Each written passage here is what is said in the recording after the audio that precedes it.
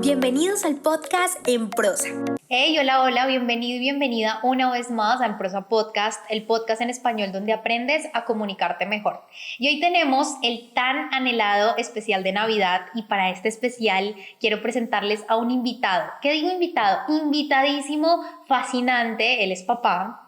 Es filósofo, pero también es escritor. Hoy vamos a aprender muchísimo. Tengo el gusto de presentarles a Sebastián Gaviria Quintero. Un abrazo y un aplauso. Ay, ¡Bienvenido!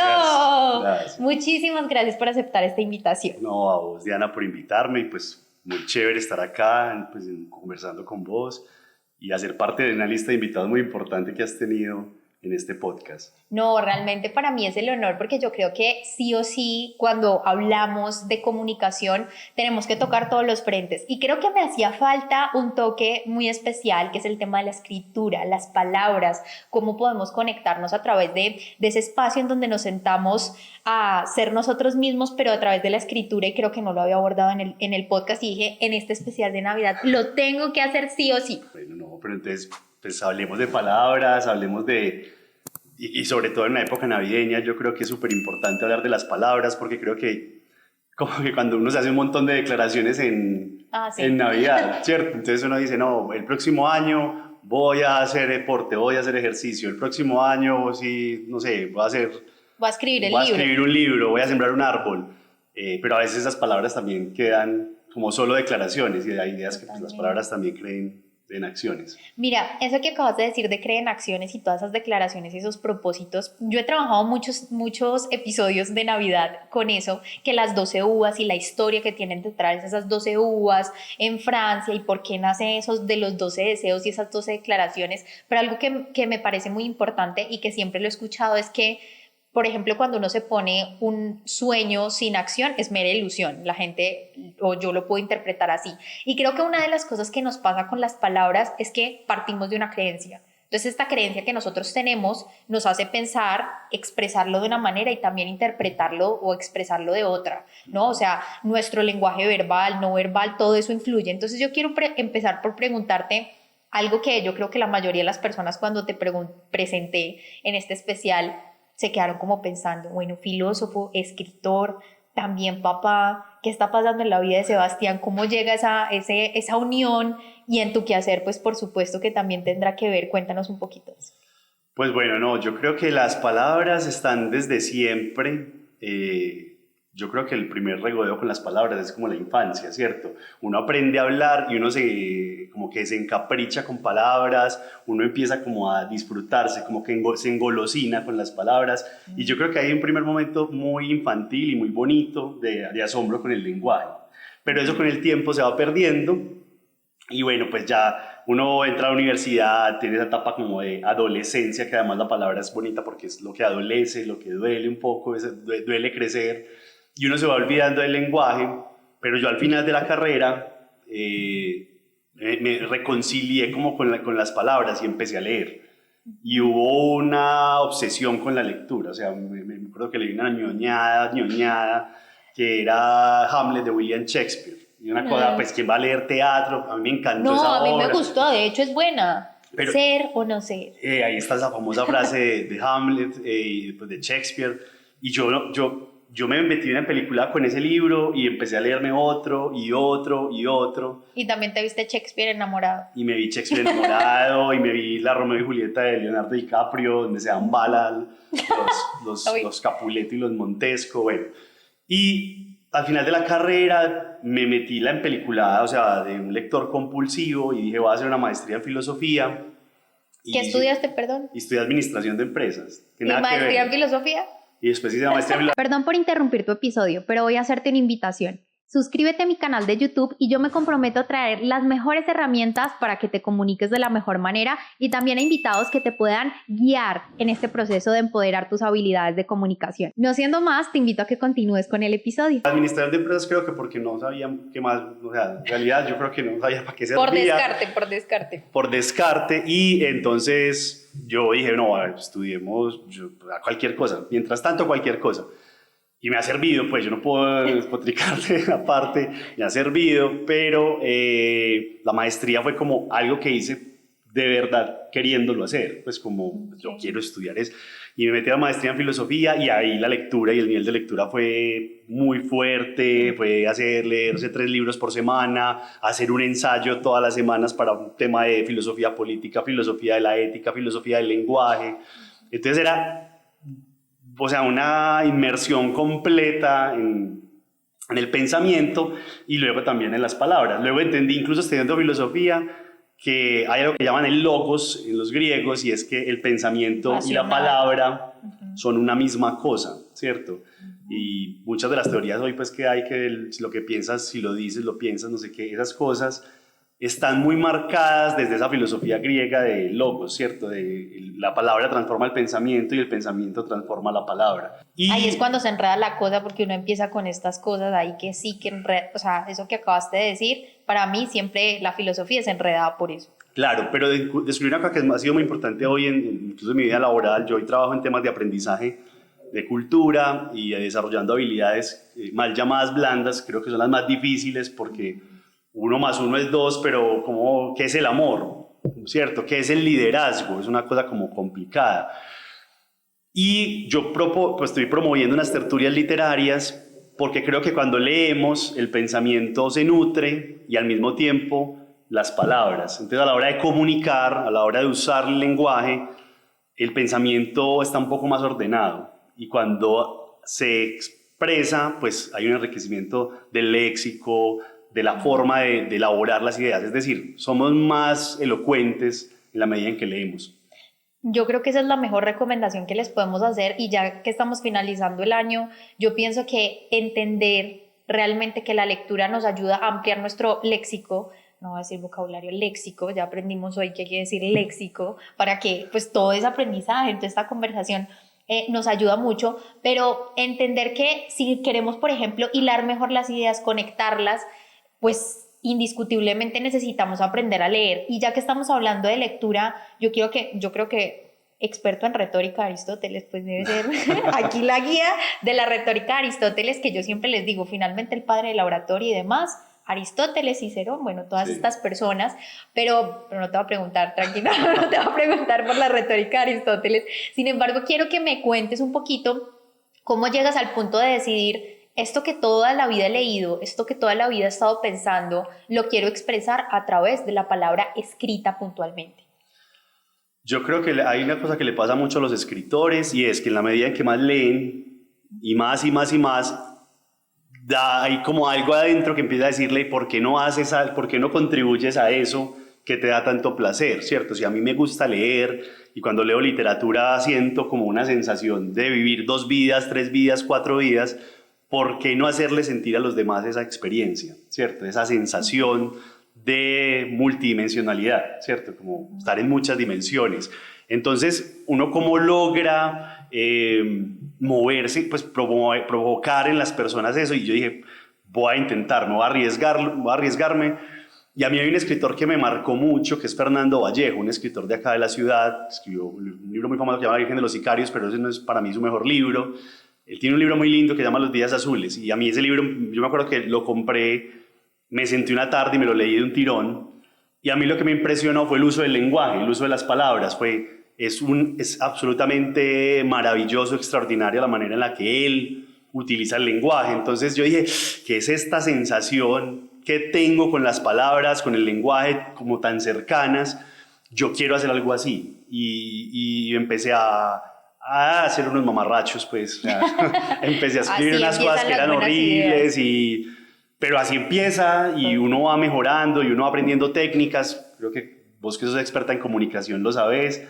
Uno va aprendiendo unas técnicas que le permiten desarrollar una habilidad, ¿cierto? Totalmente. Y así pasa con la escritura. Y en ese momento dije, quiero empezar a escribir y llevo más o menos 8 años escribiendo. Pero el libro que publiqué lo publiqué apenas el año pasado. Se los voy mostrando por acá. Pájaros muertos. ¿Por qué pájaros muertos? Cuéntame de dónde nació esa historia, porque 8 años escribiendo, ¿cómo logras materializar este libro que finalmente, pues, ha logrado, digamos, captar toda esa esencia de eso que querías comunicar, de eso que querías escribir y sobre todo la multidimensionalidad de las historias, ¿no? Porque hay muchas historias en este libro. Sí. Cuéntame un poquito. Bueno, no. Entonces, claro, luego llega el texto, llega ya como, ya tengo algo para mostrar, tengo algo para publicar. Hay algo que a mí me parece muy lindo de los libros en general y es que es como una comunicación silenciosa, ¿cierto? Es como te comunicas con alguien en el silencio, o sea, no tienes que estar hablando con una persona, pero esa persona te está hablando a ti en la intimidad. No sé, un libro que te guste mucho, eso te está hablando como a algo, te está interpelando, te está diciendo algo que no es en voz alta, ¿cierto? Una escritora francesa que me gusta mucho, que se llama Marguerite Duras, decía, escribir es aullar sin ruido. Y a mí me encanta esa frase, es muy bonita porque es como uno puede hacer un gran estruendo sin necesidad de gritar realmente, pues como en la vida real. Okay. Un libro puede ser un artefacto como explosivo, ¿cierto? Para construir o para destruir. En el sentido de que explota, no de forma violenta, sino que puede explotar emociones, puede detonar cosas, ¿cierto? Detona cosas. Yo dije, bueno, ya tengo esto, voy a mandarlo a concursos, me he ganado unos cuantos concursos, un premio nacional de cuento con EPM. ¿Cuántos? He ganado como 2 o 3 concursos de cuento y he quedado finalista en uno de los más importantes, que es La Cueva, que es donde se reunía el grupo de Barranquilla de García Márquez, Álvaro Cepeda Zamudio. Tienen un premio muy importante que premia un solo cuento y de un platal por un solo cuento. Y yo he quedado 3 veces finalista en ese concurso. Mandan 1000, 2000 cuentos y de los 2000 quedan 25 y yo quedo en los 25. Entonces uno se toma confianza. Luego alguien se enteró que yo tenía un libro, se lo compartió a un editor y el editor dijo, publiquemos a Sebas. Está bueno, se lo leyó en 3 días y me dijo, Sebas, ¿estás dispuesto a seguir trabajando con el libro y a publicarlo? Y yo dije, claro, vamos, publiquemos. La editorial se llama Libros del Fuego y salió el libro hace 1 año y me ha dado muchas alegrías. O sea, en realidad, lo que hablábamos de la multidimensionalidad, los cuentos tienen esa virtud y es que uno entra en una dimensión, luego sale a otra dimensión, luego entra en otra, porque cada cuento es una historia y cada historia es una historia distinta. Y me ha traído muchas alegrías porque me he comunicado con gente que yo no conozco. O sea, yo nunca he tratado con personas y me han dicho, me leí tu libro, me gustó esta historia, me conmovió o me dio asco, porque hay un cuento que se llama Garrapatas, que es una casa invadida de garrapatas, entonces ese cuento es asqueroso y me expulsó de una. Pero esa comunicación silenciosa que tiene la literatura, pues a mí me encanta y mi libro yo he sido muy afortunado después de 1 año y medio todavía estar en espacios que me provoca y que promueve el libro. Bueno, yo tengo una pregunta y con esto voy a cerrar el tema del libro porque quiero trabajar el tema de la comunicación silenciosa que me encantó. ¿Cuándo pierde vigencia un libro? Porque ¿cuándo? A mí me parece que no pierde. Para mí, o sea, pues si a mí me gustó, yo siempre he dicho que uno tiene libros que se los lee y ok, los leí, pues está chévere, está ok, pero hay libros que se convierten en manuales, sí. En los libros que vuelves y repites con total gusto, con total satisfacción, porque puede ser un cuento o puede ser un manual de algo puntual, específico o técnico, pero que se convierten en algo que te ayuda a tener tanta satisfacción o tantas emociones, que era lo que hablábamos un poco hace rato, que finalmente tú lo vuelves y lo repites. Entonces, para mí los libros no tienen vigencia o caducidad, por decirlo de alguna manera. Sí, yo creo que los libros en general son colectivos, es decir, dependen no del escritor, sino de los lectores. O sea, quien lee un libro lo activa, es como cuando uno prende una tablet, ¿cierto? Cuando yo abro un libro lo estoy encendiendo, cuando prendo un televisor, ¿cierto? Cuando lo abro y lo leo, lo estoy prendiendo. Entonces siempre va a esestar, no se le acaba la batería, que eso es una ventaja de los libros. Bueno, eso sí. ¿Cierto? A no ser que sean Kindle, pues, pero pues el libro físico no se le acaba la batería. Entonces de hecho es uno de los inventos más sofisticados de la historia de la humanidad. Totalmente, además que se puede convertir en eso, en una guía, en un manual.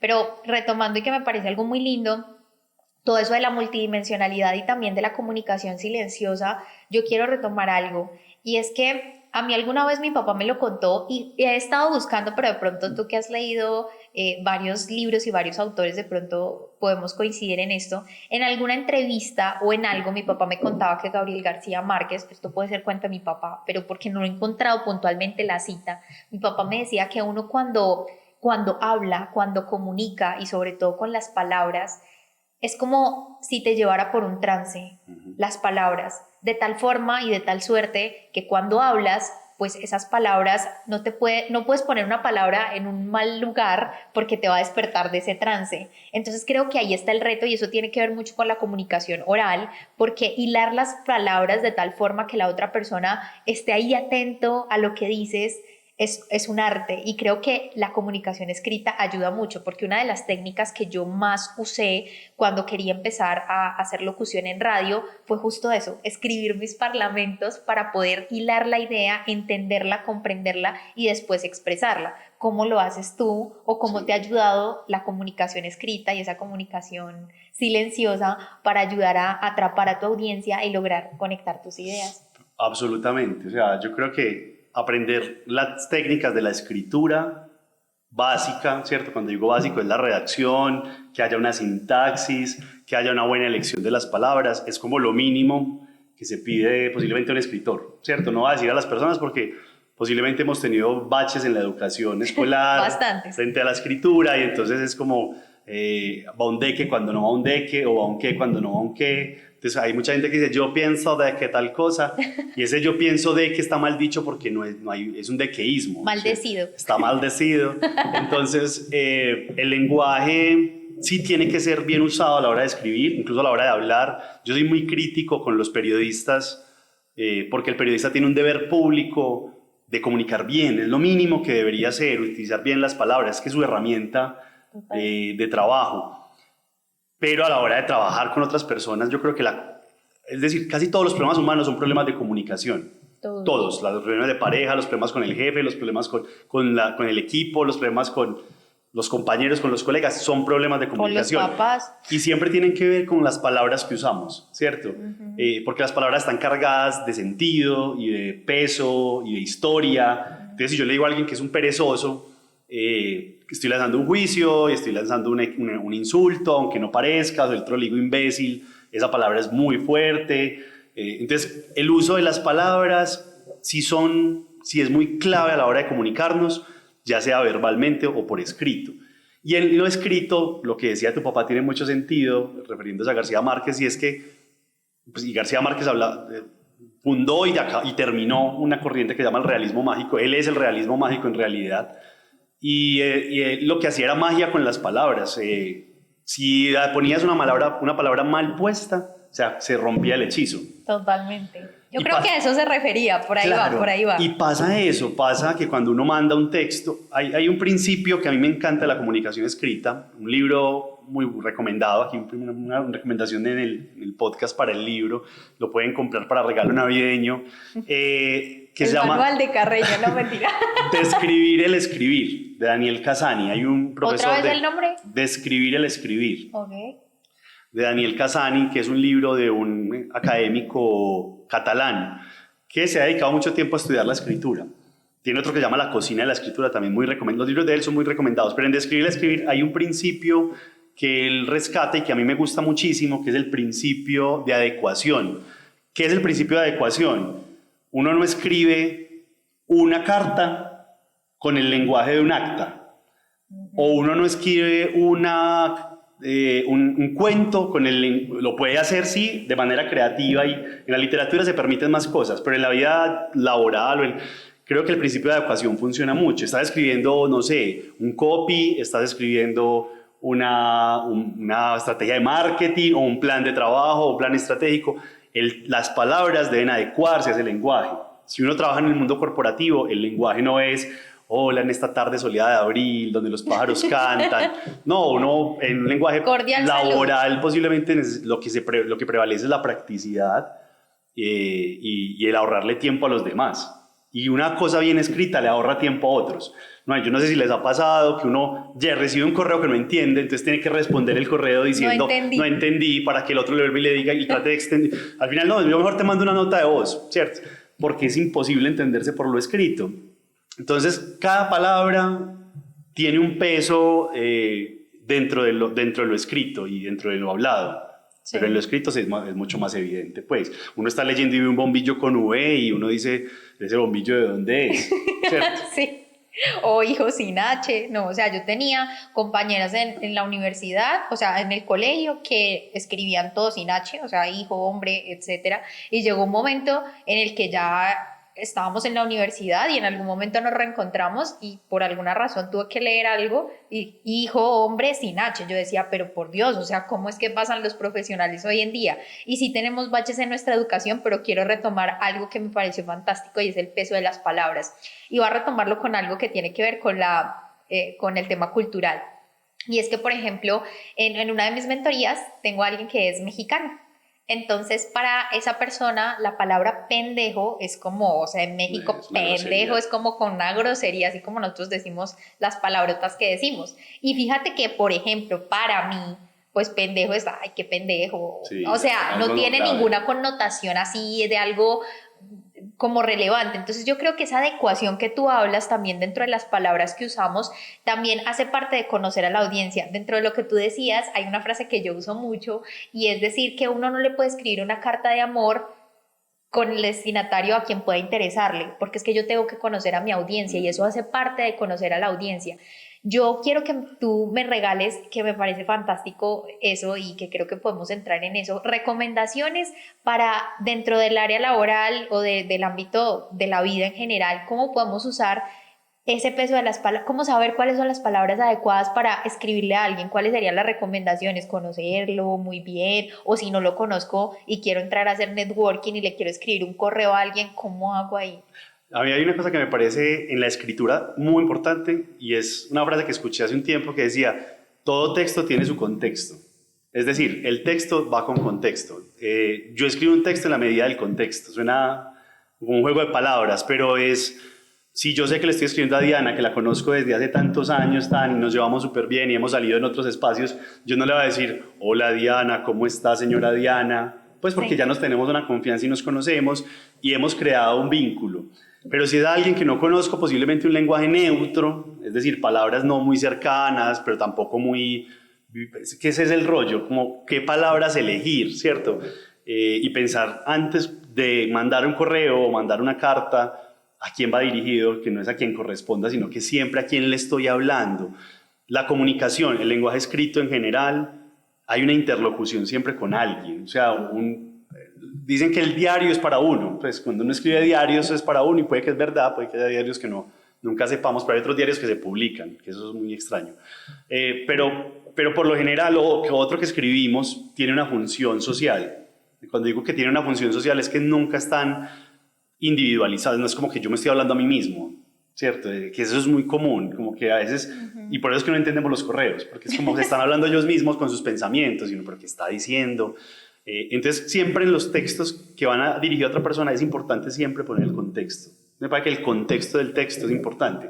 Es decir, en el marco El del Congreso, convenio sindical, bla, bla, bla, va, o sea, siempre es importante el enmarcar la contexto. escritura, enmarcarla, ponerla en su contexto. Entonces algo así como en el contexto de nuestra amistad, ¿no? Ya eso sería, ¿cierto?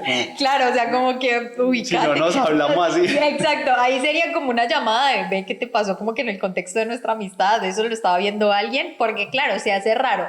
Pero siguiendo con este tema de las palabras, también quiero retomar algo que decía, y creo que hay muchas frases que nosotros decimos mal, y creo que hoy por hoy en las redes sociales, en cualquier lado, nosotros decimos, no se dice tal cosa, se dice de esta manera, pero yo pienso, y esto es una postura, y vamos a debatirlo acá, que finalmente las palabras, o sea, la forma de hablar de las personas determinan también ciertas cosas Sí. dentro de la escritura, dentro del léxico, porque voy a poner este ejemplo y puede que esté mal, pero lo recuerdo de esta manera. Aiga estaba bien usado hace muchísimo tiempo, ahora es haya, pero creo que incluso la Real Academia de la Lengua lo va a estipular nuevamente que en ocasiones informales vuelva a estar. Yo no estoy de acuerdo, me rehúso totalmente al aiga, pero porque también estamos muy acostumbrados a lo que escuchamos y la manera correcta de hablar. Sin embargo, tú entras a, por ejemplo, en mi caso, que estoy viviendo acá en Medellín, pues entro a ver una cultura que tiene un montón de palabras que, Dios mío, o sea, yo me asombro porque yo digo, yo donde estuve toda la vida, porque yo no sabía que el pollo era como el mesón de la cocina, eso no tiene sentido, pero para todos ustedes crecieron con eso y con muchas palabras que yo digo, no me adapto a muchas cosas. ¿Cómo lograr entonces que debe prevalecer, la regla o el adaptarse o ser flexible frente al hablar y el escuchar las palabras? Yo no creo en las reglas del lenguaje. O sea, es decir, si hay... En el lenguaje hay un texto de Noam Chomsky. Pero sin defender pues a la voy a poner tierrita. aquí muy ñoño y voy a decir una cosa muy nerda, por decirlo así. Y es que Noam Chomsky escribió un libro sobre el lenguaje, sobre la gramática del lenguaje, y él decía que nosotros internamente el pensamiento tiene los idiomas tienen una gramática intrínseca, ¿cierto? O sea, como hay algo dentro del lenguaje que hace que existan las gramáticas. Pero el lenguaje es inapresable. O sea, el lenguaje es como, yo lo quiero capturar, pero el lenguaje se me escapa. No es una cosa que uno pueda normativizar tan fácilmente. Intentas ponerle un orden y una estructura y uno trata de seguirla y pues se siguen recomendaciones, pero es inapresable. O sea, el lenguaje nos desborda, nos rebasa. O sea, es dificilísimo uno decir, ya dominé el lenguaje. Y la Real Academia pues trata de ir con los tiempos, ¿cierto? De adaptarse a los tiempos. No es la única verdad, la Real Academia tiene muchas oportunidades de mejora, como se dice. Hay una palabra que ellos tienen, de una forma, busquen zambapalo en el diccionario de la Real Academia, y me parece que la definición es una definición Muy horrible, corta. moral, muy española de conquista. Un zambapalo es como las fiestas de Corraleja en la costa caribe colombiana, que son un desmadre, ¿cierto? Es un desmadre porque es... Me vengo a enterar de eso. Yo pensé que una zambapalo se formó una zambapalo se formó el problema. El mierdero, o sea, Sí, ¿cierto? Se llama un exacto. mierdero. Y entonces el mierdero, pero Mejor- claro, mejor pero es el eso, mierdero, es lo es- que son las corralejas. En Colombia hay una cosa que es un fenómeno muy extraño, y creo que en otros países también, que es esa corraleja que todo le sale de madres. Eso es un zambapalo, pero era en realidad un baile africano. O sea, eso tiene como todo un trasfondo. Y la definición tiene una definición moral. Pues, entonces, no, cuando digo moral es este baile grotesco que no sé qué. O sea, Ya con juicio entonces, ahí metido. claro, entonces tampoco es que lo que nos dice las grandes normativas de la lengua pues son infalibles. Entonces yo creo que es inapresable. Yo creo mucho en el lenguaje de a pie. O sea que el de que está bien. No, el de que me hace mucho ruido. Pero Me hace hay mucho cosas que ruido. resuenan con uno y otras que no, indiscutiblemente. Claro. O sea, a pesar de eso que estás diciendo, yo pienso que hay cosas con las que uno se siente identificado. Por ejemplo, yo, así pongan en la Real Academia de la Lengua, el AIGA y lo que sea, pues no me siento cómoda diciendo así sea una norma. Claro. No me voy a sentir cómoda diciendo AIGA, lo siento, pero no. O sea, yo diré haya, lo siento. Claro, entonces yo creo que si hay... entonces yo creo que no se logra atrapar. No se logra atrapar, por más normas que pongamos, no lo vamos a lograr. Pero si hay unos mínimos... La gramática al final es una convención social, como todas las convenciones sociales, como las leyes, como la ética. Son convenciones a las que llegamos a unos acuerdos colectivos. Y el acuerdo colectivo nos dice que no se dice de qué, sino qué. O sea, no se dice yo pienso de qué, sino yo pienso qué. Entonces, esos acuerdos colectivos, pues tratamos de respetarlos porque es un acuerdo Pero común. quiero dejar algo claro para mí, pues como para estar consciente de esto. O sea, nunca se dice de qué, o en algunos casos Sí, sí. hay unas cosas, por ejemplo, uno dice yo me di cuenta de que, uno no dice yo me di cuenta que. Y ¿De eso es un qué? error, ¿no? La Ah, gente dice, bueno. mucha gente, y es un error pasa muy desapercibido, la gente dice yo me di cuenta que tal cosa, y es yo me di cuenta de que.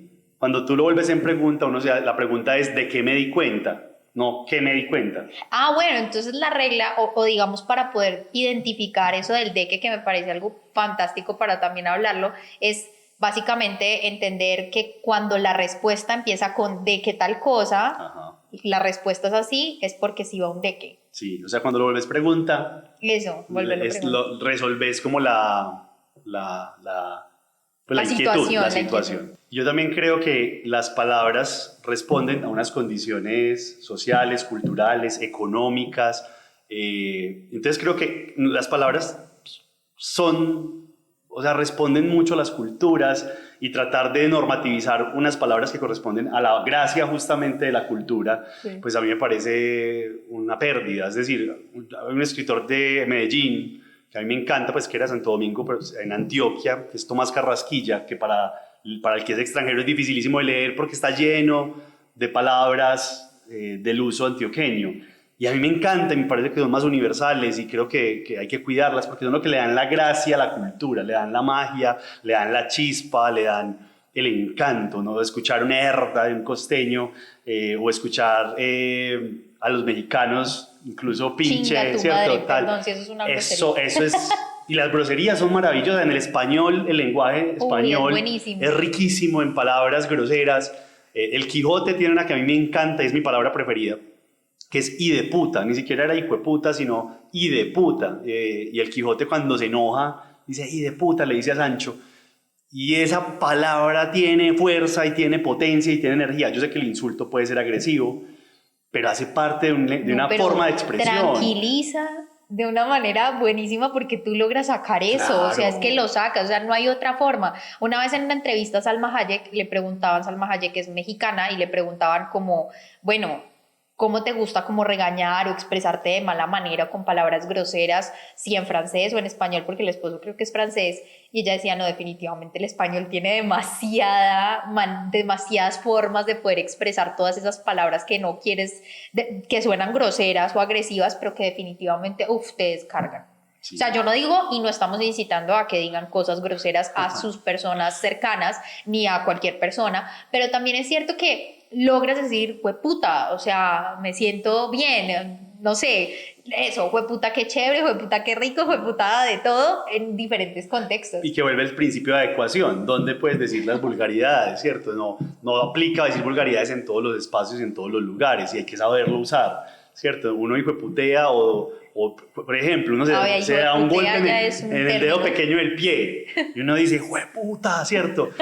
No puede decir, ay, mi dedo acaba de doblarse, no, pues uno no va a decir eso, o sea, ¿cierto? Uno va a decir, Sí. puta, me dolió. Entonces, es principio de adecuación otra vez, o sea, como las palabras en su contexto y en su Sí, lugar. totalmente. Y también de dónde vienes, digamos que es muy chistoso porque debo confesarle, mi familia no se dicen groserías, pero yo salí la más grosera, la oveja negra, yo digo groserías y con todo y eso no las digo, o sea, no digo mucho, pero de todas maneras yo pienso que no, o sea, se siente bien. Pero dentro de eso que decías que no hay que perder la gracia de la cultura, de esas palabras que enriquecen, yo no puedo cerrar como este espacio de la entrevista sin preguntarte cuál crees tú que es lo más gracioso de esas frases que dicen los antioqueños, que para ti, en tu concepto, tú que eres antioqueño, pues. Hay una que me gusta mucho, que en estos días descubrí el origen de la palabra, que se utilizaba mucho en Antioquia, que ya se ha dejado de usar, pero decían, Diana es toda pipiris nice, ¿cierto? Es que Diana es toda pipiris nice. Y yo decía, pipiris nice, ¿de dónde vendrá esa palabra? Y empecé a buscar y resulta que es un anglicismo, viene del inglés, people is nice. Ah, ok. Y entonces es People is Nice. O sea, la versión país antioqueña del People is Nice es People is Nice, ¿cierto? Okay. O la versión machete, que viene de Manchester, ¿cierto? Que era como un cuchillo de Manchester y aquí se volvió machete. O el carriel, que es muy antioqueño, es el carriol, ¿cierto? El lleva todo. Entonces, ese tipo de palabras están ahí, pero el People is Nice me encanta. No, además que yo lo había escuchado, déjame decirte que novelas mexicanas, entonces también debe, pues por el anglicismo también, o sea, yo sí lo había escuchado, ay, como que esa vieja super pipiris nice, y era como creída, como eso, mira, pero tú lo ves como people is nice, como No, bien. y aquí, pues los dichos, el antioqueño, en la cultura antioqueña está lleno de dichos y entonces, claro, por cada frase hay un dicho, ¿cierto? No hay mal que por bien no venga, aquel que madruga Dios lo ayuda, o sea, este tipo de cosas están, que son de todo el mundo, o sea, no es que sean solamente el antioqueño, sino que en esta cultura el dicho popular No, pero sí es muy arraigado, o sea, la está gente se lo metido, cree, o sea, está... eso de que madruga Dios lo ayuda, aquí sí, o sea, aquí nos ponemos a funcionar rapidito para que nos rinda y hagamos más cosas, seamos más productivos, o sea, eso se nota en la cultura y pues me parece algo fantástico y maravilloso además. Pero no sé si vas a decir algo No, más no. con respecto, pero quería decir algo también de las palabras y justo en este especial de Navidad quería retomarlo porque siento que las palabras pueden construir y destruir y por eso te lo decía. Y había alguna vez, yo escuché, creo que es de Gabriel García Márquez nuevamente, pero él decía que una vez una palabra le salvó la vida a un niño simplemente porque se estaba atravesando la calle y el padre o el cura del pueblo le dijo su nombre. Entonces como, no sé, Jonás.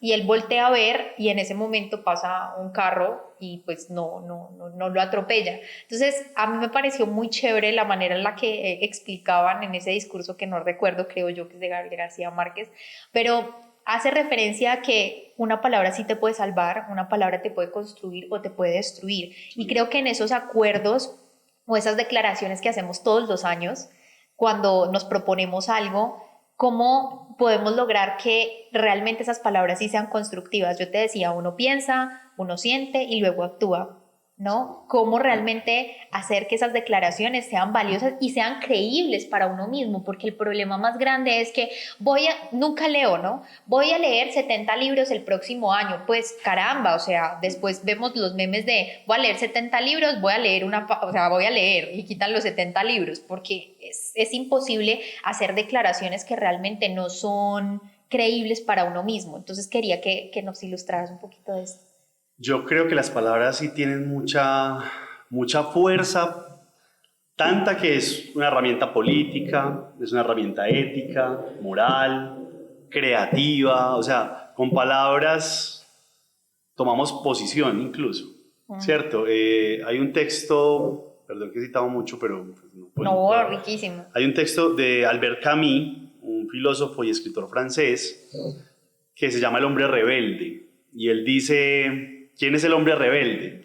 Es aquel que dice no. Y la palabra no tiene una carga fuertísima en ciertas culturas. Es decir, sobre todo en el mundo occidental. Si a uno le dicen, vas a hacer tal cosa, no. O sea, y te paras en la raya y decís no. Esa palabra te puede llevar a la cárcel, te pueden asesinar. O sea, un no dicho en un momento puntual puede ser absoluta, te puede cambiar la vida. ¿Cierto? Entonces yo sí creo que las palabras tienen un peso. De hecho, muchos periodistas asesinados, ¿cierto? ¿Por qué los asesinaron? Porque dijeron cosas que incomodaron con las palabras, ¿cierto? Entonces las palabras sí tienen un peso político, ético, social, cultural, y al tener todo ese peso y al tener toda esa urdimbre que está detrás de las palabras, esa historia, pues al final sí construyen otras, o sea, tejen otras realidades, ¿cierto? Las palabras tejen otras realidades. Aquí hay unas cosas negativas, pues, ¿cierto? Sí. Pero en lo positivo también sucede, o sea, y lo más importante es que la palabra esté acompañada por la convicción. O sea, si la palabra va soltera, ¿cierto? Si la palabra va sin su convicción, pues yo creo que son palabras al final vacías, que no tienen ningún valor. Es como cuando un enamorado o una enamorada le dice a la otra persona, te amo, pero no lo siente, ¿cierto?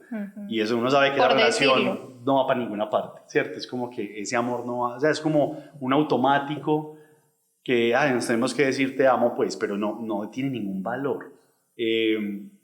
Una persona que dice, yo soy hombre y a mí me gustan los hombres, y está haciendo una declaración, transforma su vida a partir de ahí. O sea, ahí dijo qué es lo que quiere que siga en su vida. O cuando se casan, las personas se casan, dicen los declaro, y esa declaración tiene un valor y tiene un peso que transforma la vida. O sea, por algo se buscan los rituales. Todo rito está lleno de palabras y los ritos y las palabras construyen estas cosas. Entonces a mí sí me parece que el lenguaje es como, a veces lo usamos de manera muy irresponsable también. Totalmente. Al final lo que falta es convencernos. Entonces, si usted sabe que no lee ningún libro, pues no se va a poner la meta de leer 70 libros al finalizar el próximo año, porque empecemos por uno. Empecemos por dos quizá, pero también seamos conscientes de qué es lo que declaramos en nuestras vidas, que yo creo que esa convicción en la comunicación interna, que no solamente es esa comunicación interna empresarial, sino también esa comunicación que yo me digo todos los días. Es que a veces eso que decías de la negatividad se hace parte del día a día y entonces yo veo el vaso siempre medio vacío y nunca medio lleno y nunca tengo algo positivo que contar, sino que soy el que se queja todos los días de lo que pasa alrededor de mi vida. Y creo que la invitación en este especial de Navidad es que entendamos todo el contexto de las palabras, cómo nos pueden servir a nivel escrito o de manera escrita y cómo pueden también hacernos la diferencia hacer una diferencia en nuestra vida, en la manera en la que hablamos todos los días con los demás y con nosotros mismos. Pero ha llegado la hora de una sección importante. Esta sección es nueva y quería que tú fueras el primero en este especial de Navidad en responderlo. Te cuento de qué se trata. Son preguntas cortas, respuestas rápidas. Básicamente puedes elegir una opción, las dos, pero también puedes explicar el por qué. Listo. Eres libre de si lo explicas o no lo explicas. Soy bien explícita porque sabemos el poder de las palabras, entonces vamos a comenzar. Esto dice así: ¿con qué animal te identificas? La tortuga, ¿Por qué? porque me gusta el ritmo.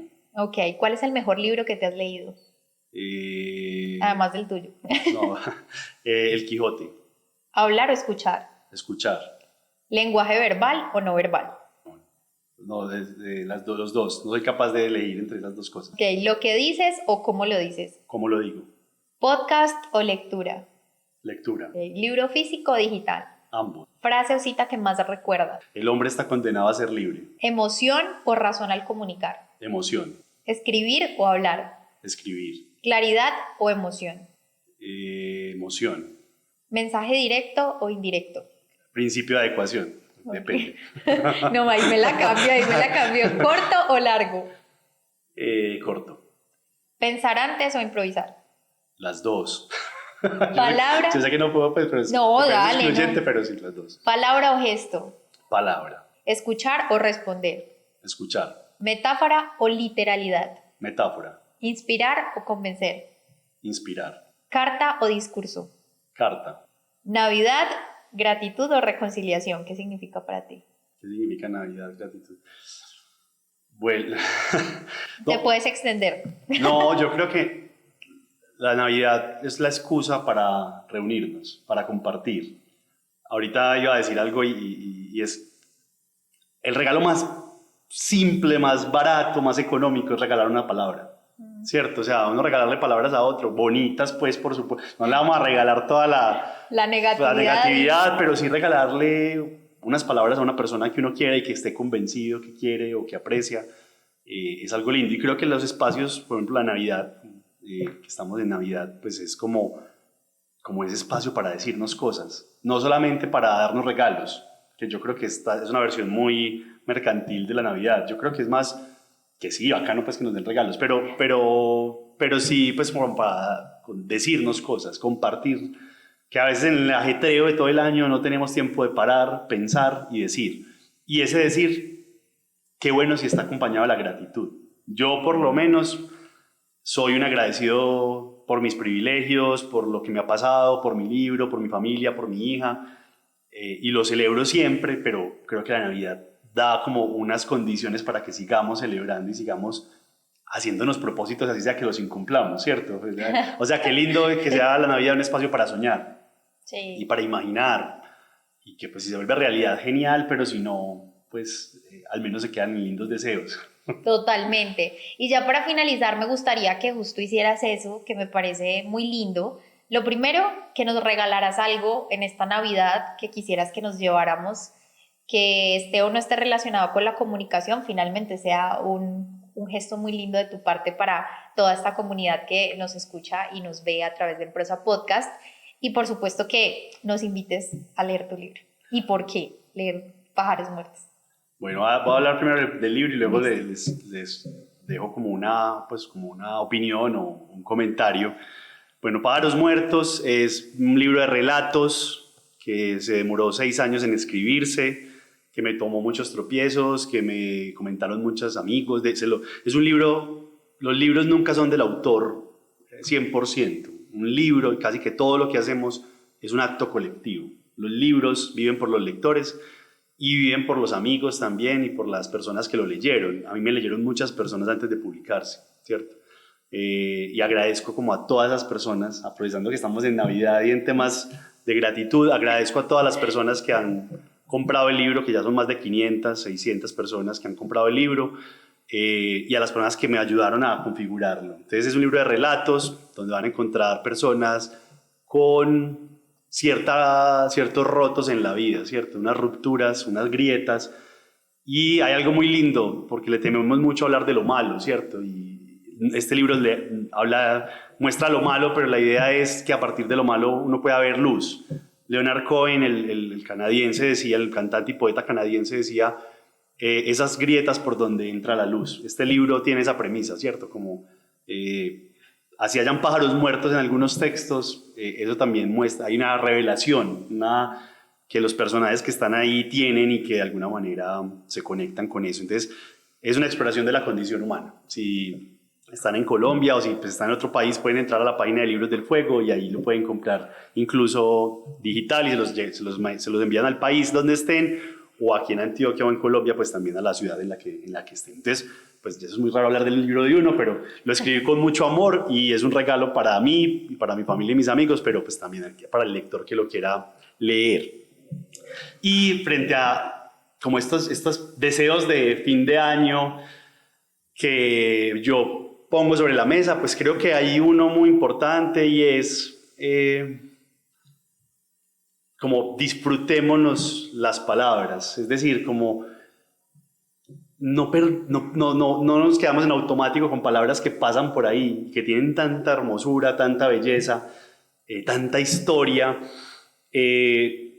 y que las palabras nos permitan ser más críticos. El mundo está muy desquiciado en este momento.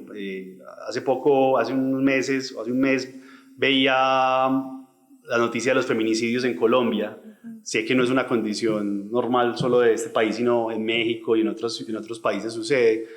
Creo que las palabras nos tienen que servir también para alzar la voz, ¿cierto? Para como señalar temas que son importantes poner sobre la mesa y que es nuestra manera de contribuir a la sociedad. Entonces, que el lenguaje nos permita y la comunicación nos permita hacer de este mundo un lugar mucho más habitable, mucho más armónico y mucho más dialéctico, es decir, mucho de más diálogo, de más conversación. La conversación y la comunicación nos permite ser mejores. Siempre la medida mía y de lo que soy es la medida de los demás. Y ese enriquecimiento desde las palabras creo que construyen sociedad y construyen un mundo diferente.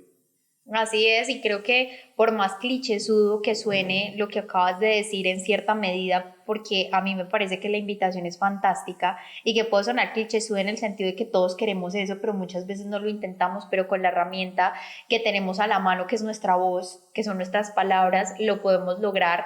Y lograr esa paz mundial, como dirían las reinas, pues sí es importante al final que tenemos una herramienta muy valiosa que si bien sea a través de los libros, de la escritura, de nuestro propio diario, entender y declarar realmente lo que somos, lo que queremos, lo que sentimos, lo que hemos vivido, pues seguramente vamos a hacer un mundo diferente que nuestras próximas generaciones, como lo hablábamos hace un rato de tu niña.